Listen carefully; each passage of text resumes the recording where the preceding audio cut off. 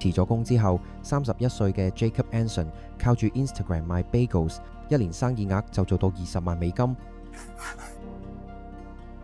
Jacob 本來喺汽車零件公司做銷售，但有一日突然覺得我再都唔想返呢份工，於是辭咗職，靠送外賣頂住生活。